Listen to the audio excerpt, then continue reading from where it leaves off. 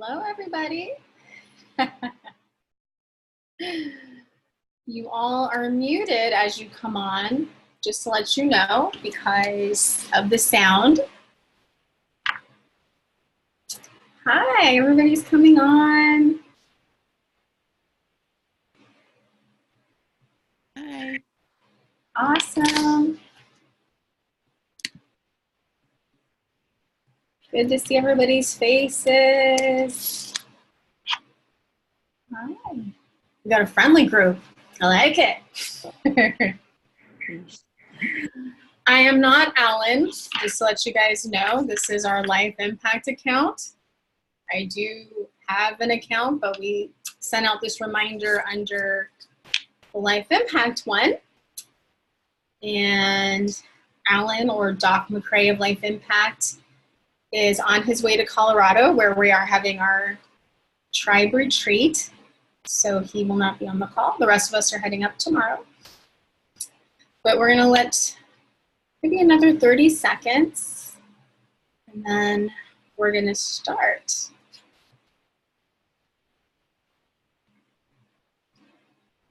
All right.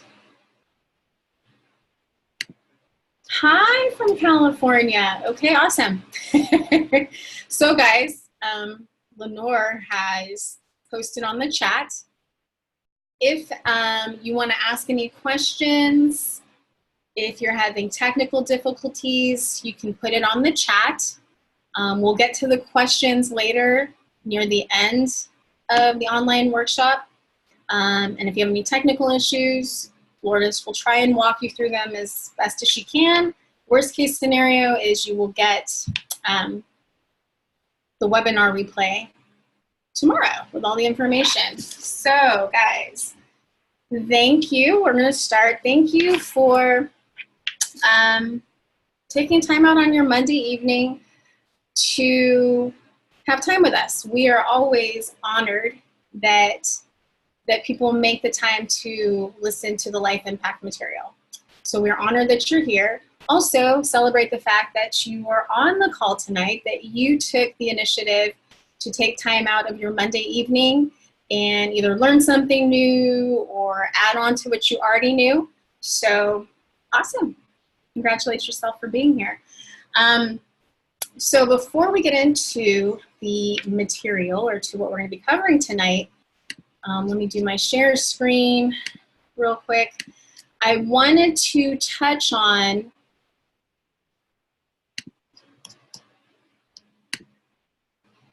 the term tribe. Now, I've only had 2 people ever in the last 5 years write to me about using the word tribe, but 2 is enough for me to address it. That in using the word tribe, we are not meaning any type of, I don't even know the word, dishonoring to the word tribe. I am of Native American descent. Tribes go back from biblical times till the beginning of time. But again, we're using the word tribe in its most beautiful concept of what it is to be part of a community and celebrating everything it is. So we are not trying to offend anybody. To the 2 people that have written me over the last 5 years. I just wanted to say that. Okay, guys, so in the registrations, because people got to put if they had any questions, some people weren't aware, or that part of this online workshop is to help people who feel like they're called to be coaches or coaching, help them find their tribe. They want to find just their tribe in life, which you're more than welcome to be here. And actually, you're in the right place, because the first part of it, we are going to address that, because that's first key in being able to discover who you're going to work with. So you're still in the right place. Once we get into the coaching stuff, feel free to stay on, or if you'd like to get off, you can. So before we get into it, I want to talk about what coaching is. So really briefly, coaching is about focusing on the present and the future. It is very different than from counseling, which focuses on issues and the past. So coaching is goal focused. moving forward, where we're at to where we want to go. Counseling and probably even a lot of stuff that if you've learned in ministry and everything, focus more on past and issues. So that is what coaching is. It's not about what happened to you as much as it is more about where you are and where you want to go. So why coaching and why now? So coaching is proven to be one of the fastest growing professions, but it's also necessary. And especially as we're talking about tribe tonight. At the turn of the century, we were dependent on one another for existence, even from the beginning of time. Villages, tribes, in spite of pioneering spirits, taking horizons, across new countries, we all needed each other to get our basic needs. We all depended on one another, Someone had horses, you needed horses. Someone had access to water, you got water. Someone knew how to build your wagon, we all were connected. Everybody had a part in raising each other's children,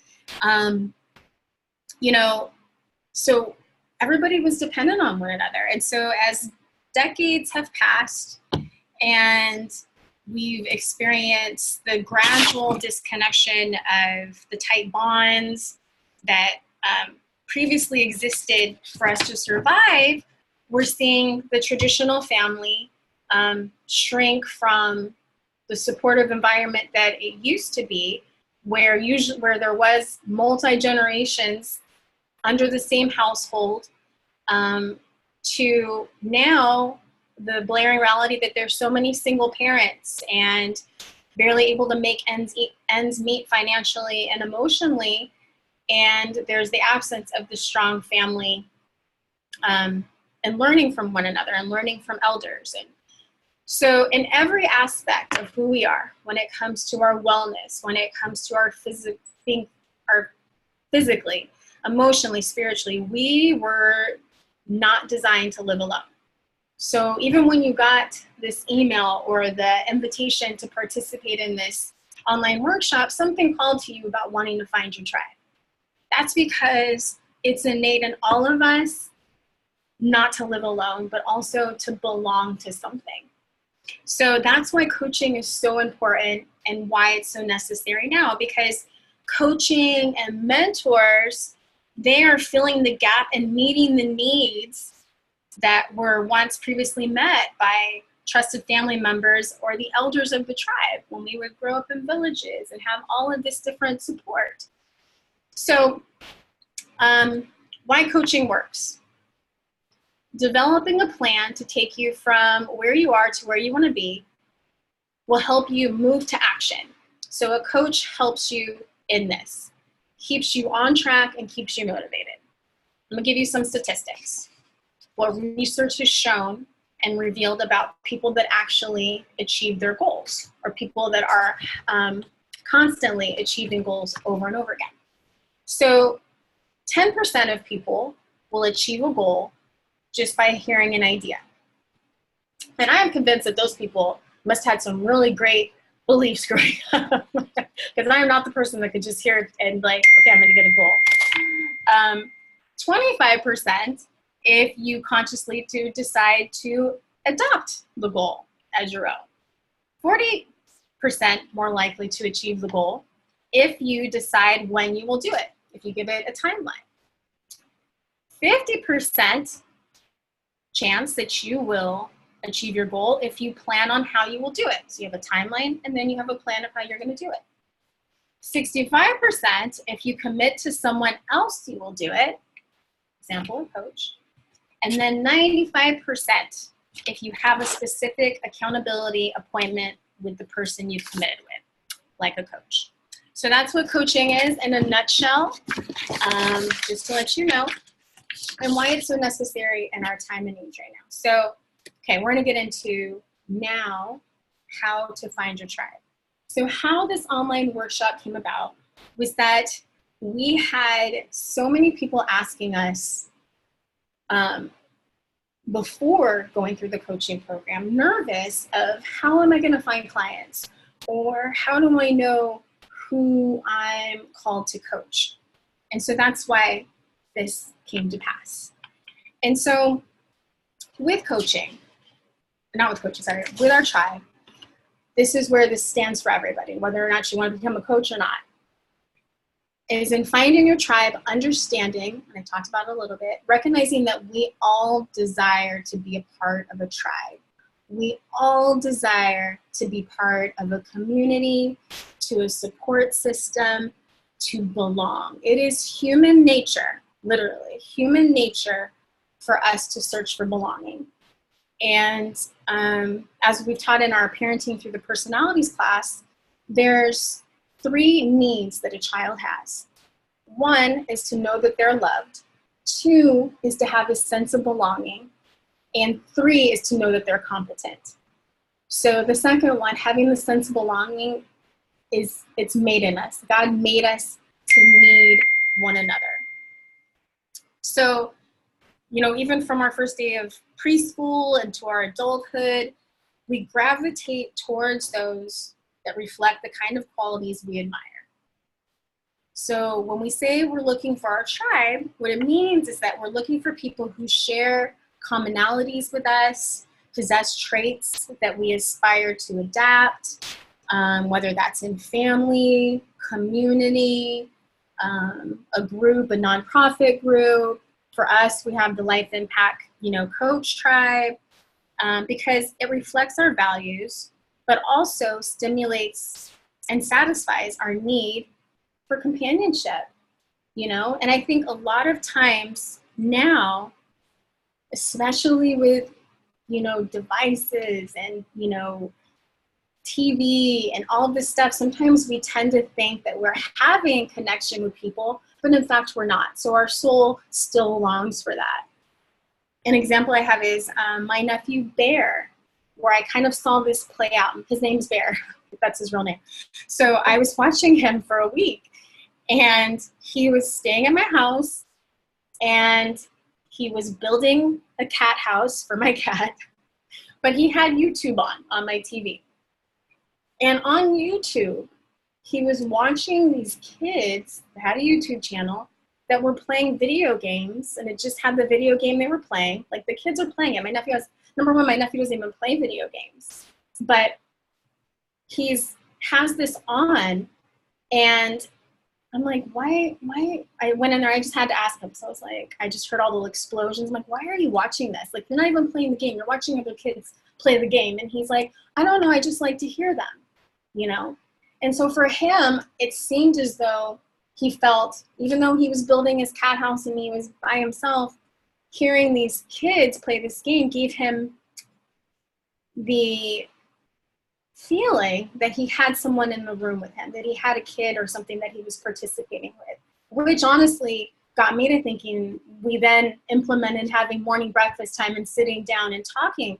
But it made me realize that, wow, like, he really does feel like he's having a connection with these boys that don't even know him, So recognizing that we all belong, we all have a desire to belong. So that's number 1 in finding your tribe. But it's okay to say, I want people around me. I want to be a part of something. I want a group of people that support me and I can support them. Number 2, this is key for those that might be having a hard time developing friendships or not feeling like you're part of the tribe yet that really speaks to your heart. So this is try new things and be yourself. Maybe you are still trying to figure out your passions, and that's okay, totally okay. But simply thinking about something isn't enough to know whether or not you'll actually enjoy it. In fact, passionate, we use that term so loosely and feel like, oh, you don't know what you're passionate about? What's wrong with you?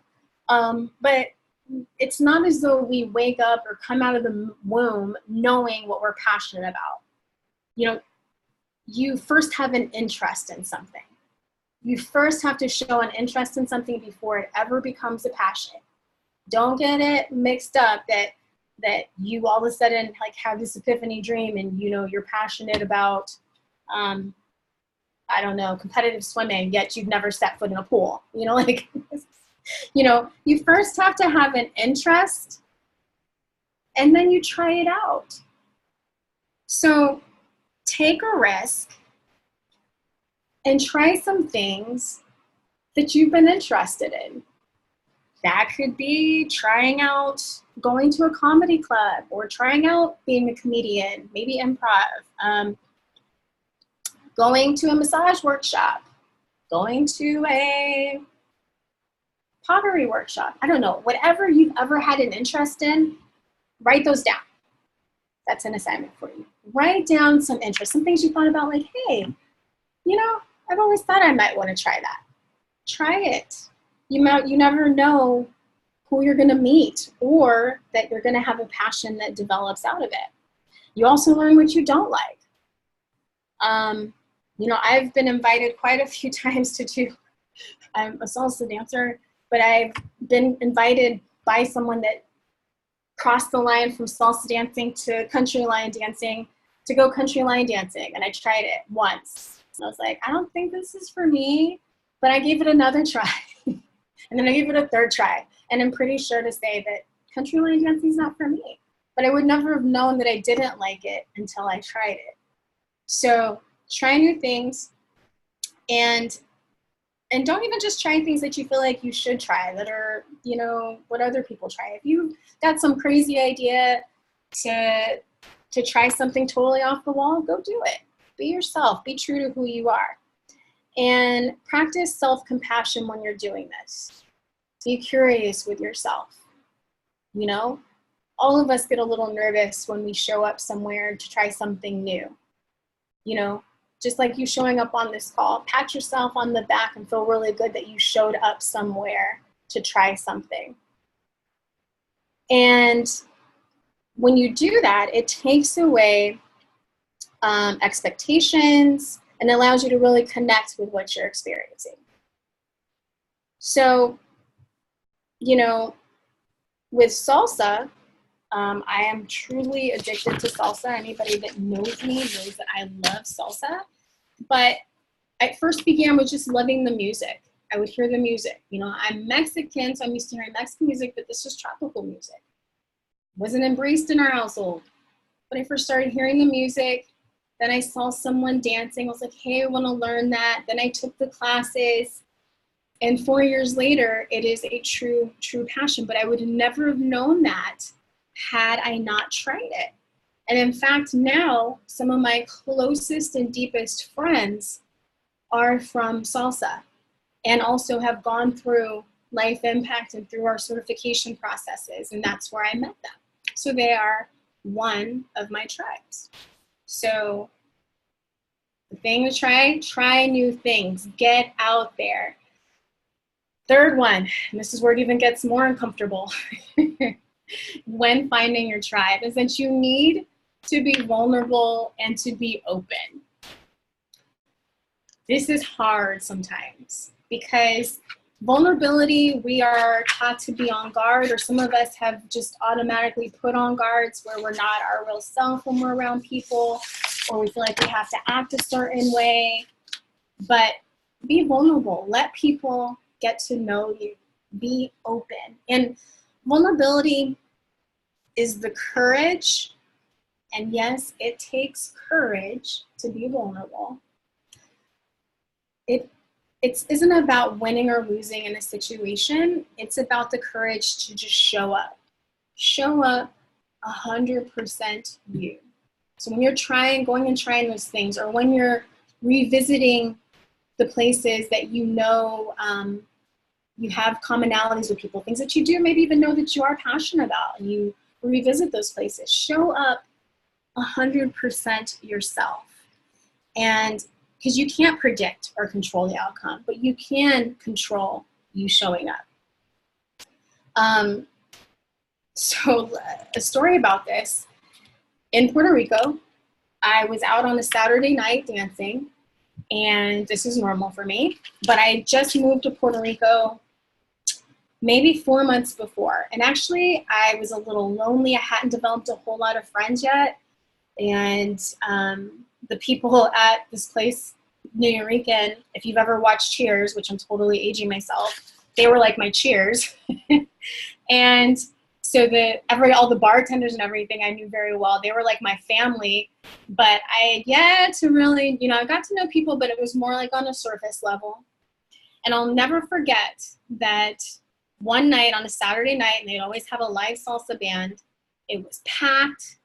And I think I'd been a little tired because I went right after a shower on a Saturday night, and I had my hair in 2 braids. I remember everything. And for some reason, I wanted to sit, and I never want to sit. I just want to dance. And it was so jam-packed. The only available seat was literally next to the stage, and there was these 2 girls sitting there. They had 1 chair available. And I remember I was like, I'm going to go ask them if I can sit in this chair. And I felt instantly like I was back in high school and like nervous, like, what if they tell me no? Or, and I'm also like, do they speak English? But I remember I walked over and I was really loud and I said, hey, can I sit here? And I sat there and we didn't even talk during the whole night. But what happened was I went up to the bar to get water, and one of the girls that I'd been sitting with came up there and she was looking at a menu, and I had to kind of conversate, and I was like, hey, so what are you getting? And she's like, you speak English? I'm like, yeah. And so we began talking, and she said, it's crazy. Me and my friend were saying we needed new friends in Puerto Rico. The next day, we met at Cheesecake Factory and spent 5 hours, me and also my friend Lourdes. So all 4 of us, and now they're some of my closest friends. And I say that to say it was a vulnerable, it got me out of my comfort zone to go and talk and say, hey, so when going out and finding your tribe, be open to meeting people, be open to letting people experience you and getting to know you. Okay, so now we're going to get into finding your tribe as it pertains to if you are a coach, you desire to become a coach and are wondering how you're going to market yourself, or who you're, how to know who you're drawn to. Or also maybe just people just come to you for help and you're trying to make sense of it. This is going to help you. So when finding the tribe that you're going to work with, the first step, which kind of goes back to the other steps, is that first part is you getting to know you and being comfortable in your own skin, knowing what your likes are, what your goals are, what your passions are, your interests are, is what do you love to do? When finding your ideal tribe of who you're going to work with, and also for you to help narrow down where your clients are at, is what do you love to do and what are your areas of expertise? What can you just spend hours and hours researching? What books are you drawn to? What YouTube videos do you enjoy watching? What speakers or leaders do you enjoy listening to and learning from? This will give you, let you know what your expertise is. And for a lot of our coaches, we cover this in week 13 of our certification process, or we begin the marketing portion of our certification in week 13. And this is where people are just usually it's one or two extremes usually. Either people know exactly who they want to work with, or they have a hard time narrowing it down because this is the common answer. I just want to help everybody. I just want to be there for everybody. Like, I don't want to limit who I'm helping. And while we get how huge your heart is, when it comes to knowing who you're going to work with, would you rather be okay at something or a whole bunch of things? Or would you rather be amazing and known for one or two things? Example is, Like if I'm wanting financial coaching, wealth coaching, I want to learn from a financial and wealth coach. I want to know that they really do know how to get me into where I want to be. If someone just says they're a coach, and yeah, I also do health and fitness, and I actually also, work with stay-at-home dads, or I don't know, like if it's really broad, I'd be like, I'm not sure. I want someone where that is their thing. Like that is their main thrust, that is what they have put their time and energy into perfecting the system. And just think about things that that are known for something specific. Outside of coaching, meaning like FedEx. FedEx isn't known for shipping your everyday mail. You're not like, hey, let me go to FedEx to ship this letter to my friend in New York. No, FedEx is known for getting packages places overnight. They are when you want something somewhere fast. That is what they're known for, and that's what people come to them for. They aren't banking on the fact that people are coming to them for their everyday postal needs. No, it's a very, very specific niche, and they're a multi-billion-dollar company focusing on their niche or their tribe, who they are called to service. So yeah. So that is number one. What do you love to do and what's your expertise? Write some of those things down. Write the things that you love to do and also that you have experience in, whether that is personal experience, whether that is classes and trainings you've taken, positions you've held, even from books you've read and then, applied to your life. What's your experience? What's your expertise? The second way to help you find who your tribe is what do people come to you for help with? Is there a theme of what people constantly come to you for? Is it relationship advice? Is it budgeting advice? Is it, I can't get clear on my goals advice? Is it anxiety? What is it that people come to you to get help for? Think about that. What have you helped people with in the past? Could it be from losing weight to motivation to loneliness to, you get the idea. What do people come to you for? We have coaches, I'm just gonna give you some examples of their focuses, so it might help you think a little broader and a little bigger. We have coaches that focus on addiction. We have coaches that focus on reentry, people dealing with reentry, like from prison back into society. We have coaches that coach real estate agents. We have coaches that coach people buying their first home. We have coaches that are worship leader coaches, new mom coaches, coaches for people that are experiencing anxiety, divorces, people that coach teachers, family communication. And we even have someone that his niche, and this is a niche I would have never thought of, is he coaches floral shop owners. And it's a multi-million-dollar business. He coaches floral shop business owners. So yeah, there's a niche for everything. So what do people come to you for help with?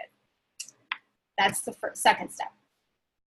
Third step in finding the tribe that you're called to work with is, this is key. What groups of people do you want to work with? Now, people may be drawn to you for relationship advice. They may be drawn to you for anxiety. But do you enjoy working with, I don't want to say that type of people, but I guess the type of problem they're experiencing? Because just because people do come to us for something, or we can be good at it, doesn't mean that it's for us. My sister-in-law, she is amazing. She's one of the most patient, sweet, loving, nurturing women that I know. don't think I've ever really even heard her like raise her voice. And when her and my brother had gotten married, she was going to school to be a school teacher. She graduated shortly after they married and became a kindergarten teacher. And she hated it. She absolutely hated it.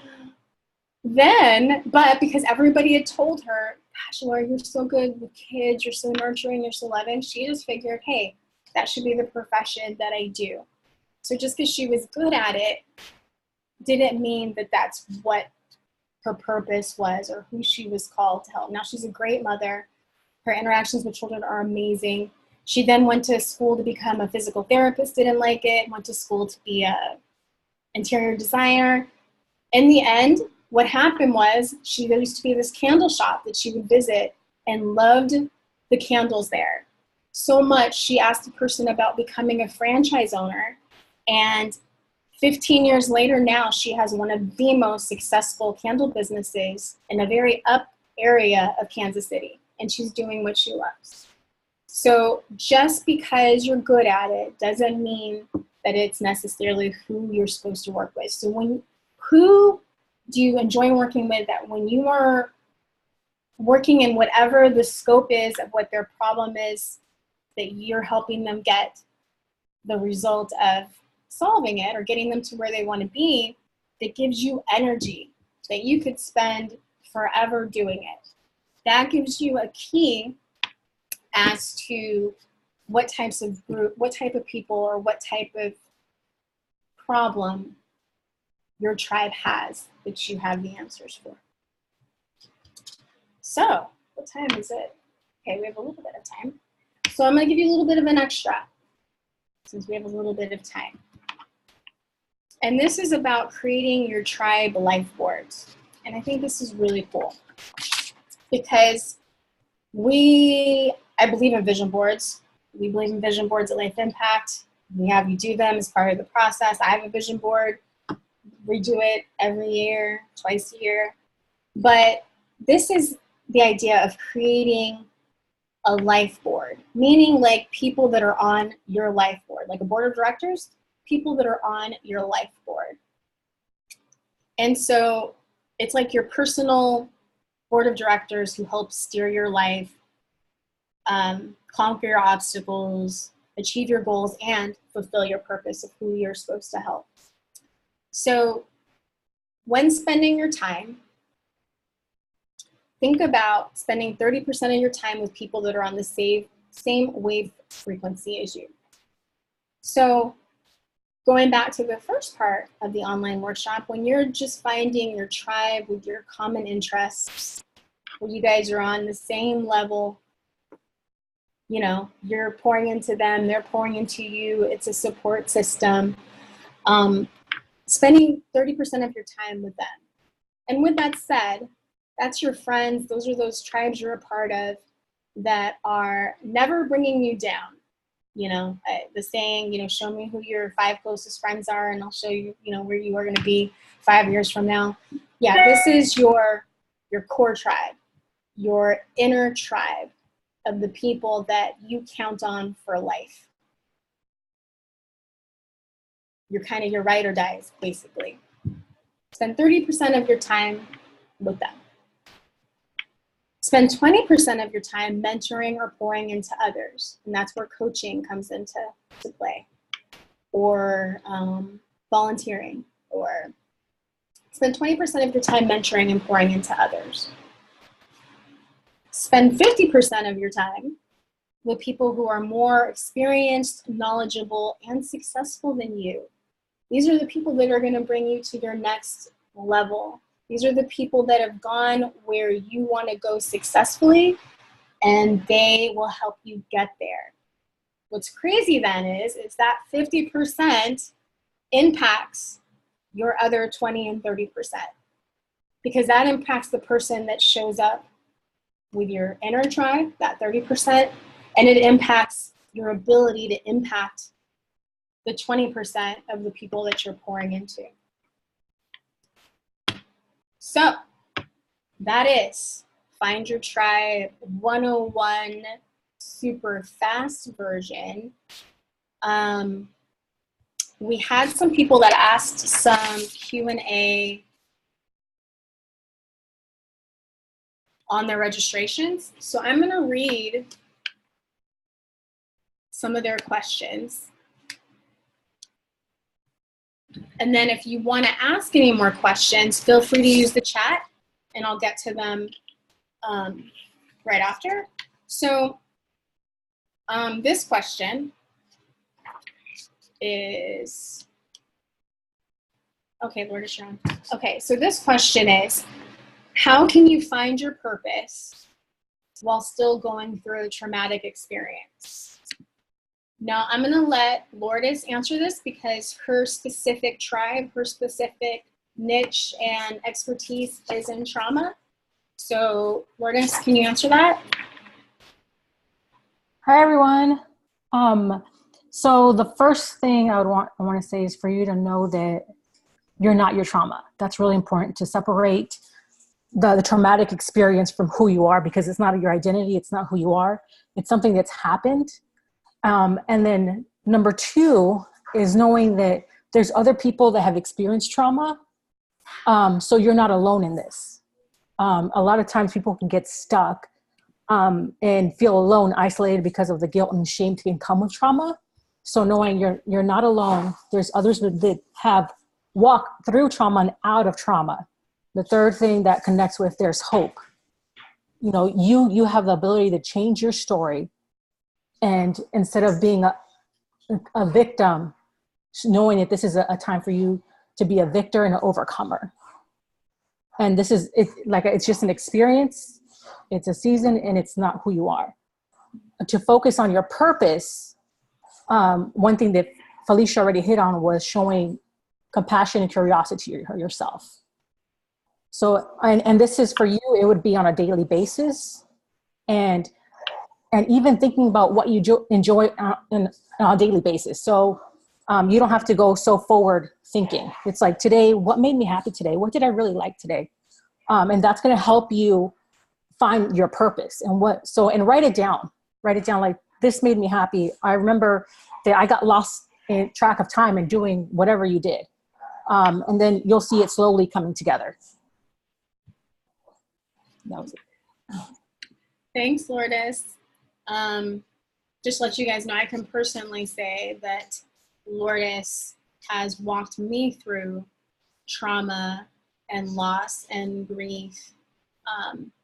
And she's incredible at it. She's actually going to be doing a webinar next month in September. So people look out for that, whether or not you've experienced trauma or if someone you know has experienced trauma, it will help you being able to relate and help them move forward.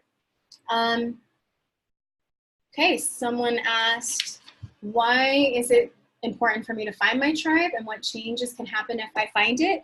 I think we kind of touched on it, but we'll say it again, is that all of us want a sense of belonging. All of us want to belong. And so when you find your tribe or tribes, because you're not limited to one tribe, different groups that we participate in. I would say my main tribes are, Life Impact, the Life Impact tribe community of our coaches, my Salsa community tribe, Elevate International, where I volunteered with for like a decade, and then Health and Wellness tribe. So you're not limited to one tribe, but I think out of your tribe, out of those people that you develop those commonalities with, what you will actually extract out of that is your inner tribe. The people, they say, you have your inner tribe of the people that know the most about you, that keep you accountable in life, that are pushing you forward and you're pushing them.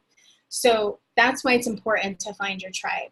And the changes that can happen with it is that your life changes, you have support, you become support for others.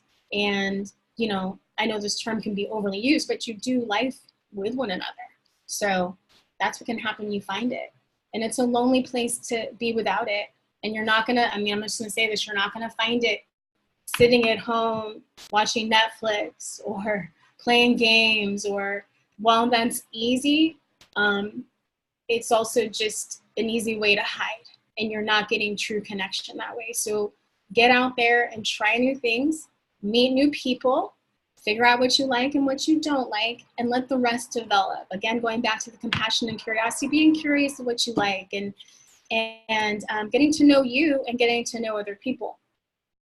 Okay, next question is, in what position or place would a transformational coach be more effective? And with what age group is more influenced by a transformational coach? Good questions.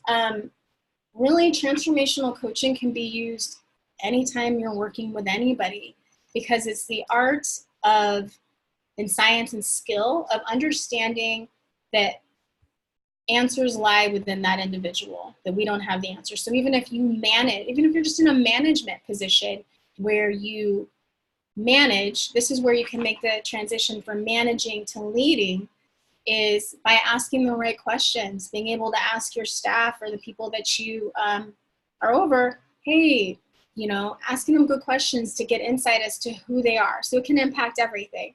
Behavioral health. I can't really see anywhere transformational coaching wouldn't work. Maybe if you live on an island and it's just you, but then again, you can coach yourself. So you can ask yourself coaching questions and get yourself going. So, and then what age group? Any age. I've used this with my youngest of the 9-year-old nephew, just by asking him questions. Now you will adapt certain scenarios and situations based on the age, and again, depending on who it is you want to work with ideally.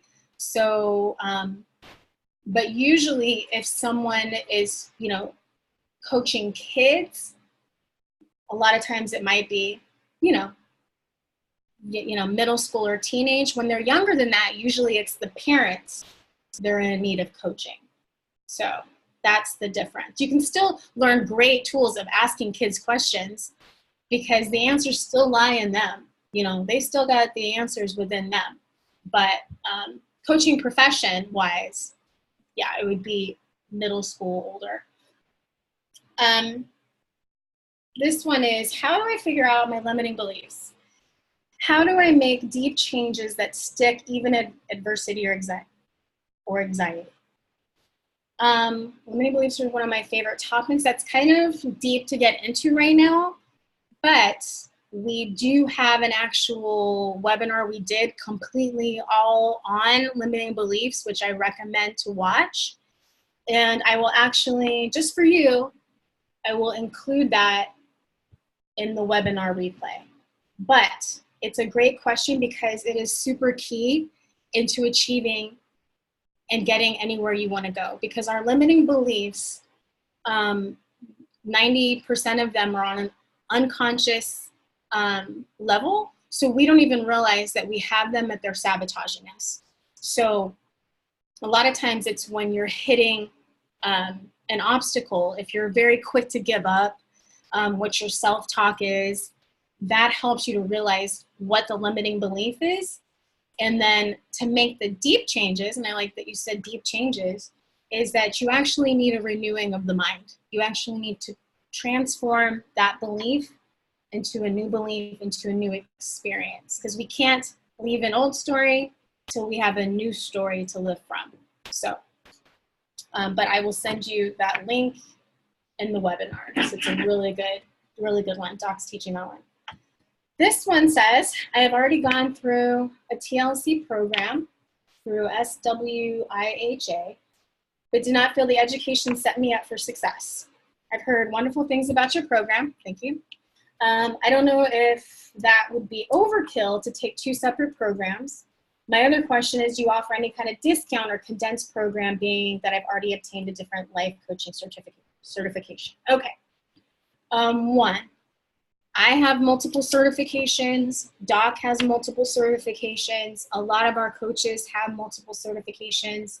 We have coaches that, and Doc is a doctorate of psychology. We have psychiatrists, doctors that have all gone through our program. So no, 2 programs is not overkill.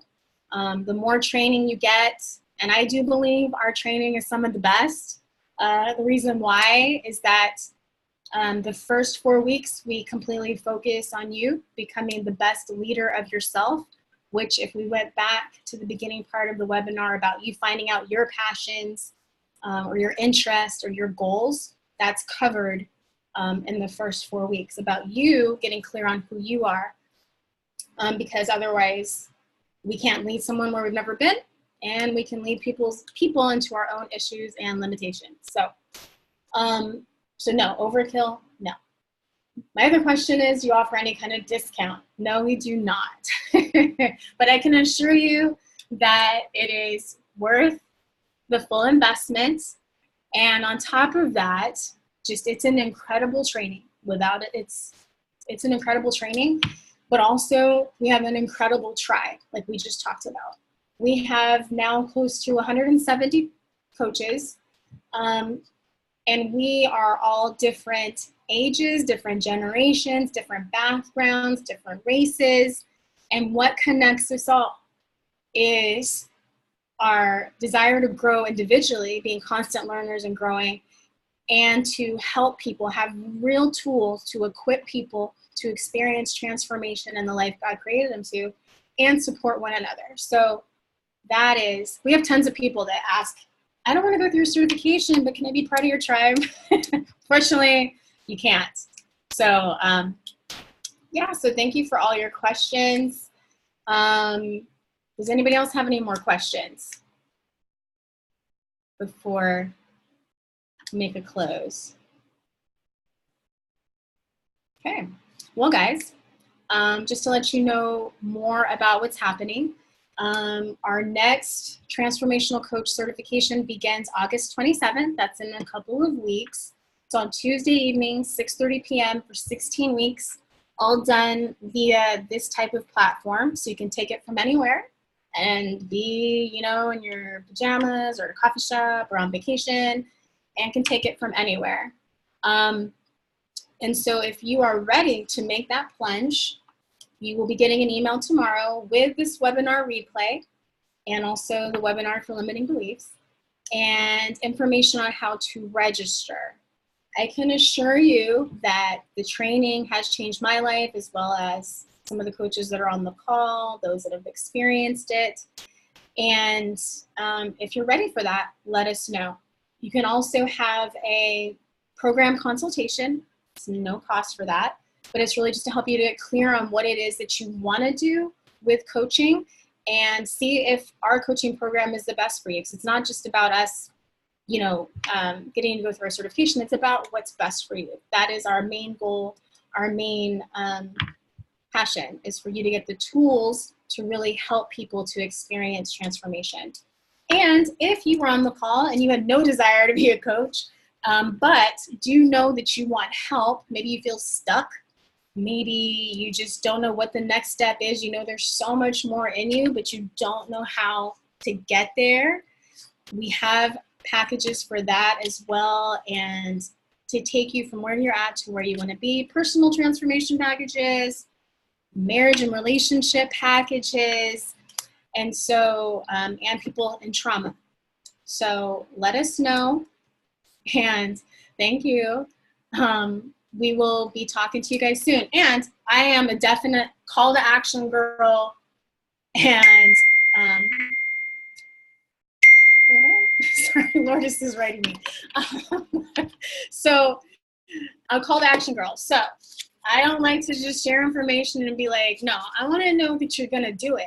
So write down some things that you've been interested in that you want to try, and then make a plan to try one of those things in the next week. And we would love to hear from you. So respond to the email that you already got for this webinar replay, or when you get the webinar replay, with what the things you're going to try. And then write down what's your expertise. If you're desiring to go into the coaching part, what's your expertise? What are you good at? And even if you don't want to be a coach, write that down too, because that'll help you get insight as well. So yeah, take some action, find your tribe, have fun discovering who they are, have fun discovering what you like and what you don't like, who you like to work with and who you don't like to work with. So Thank you guys. Thank you all for taking Monday night out to be with us. And we will see you soon. Bye.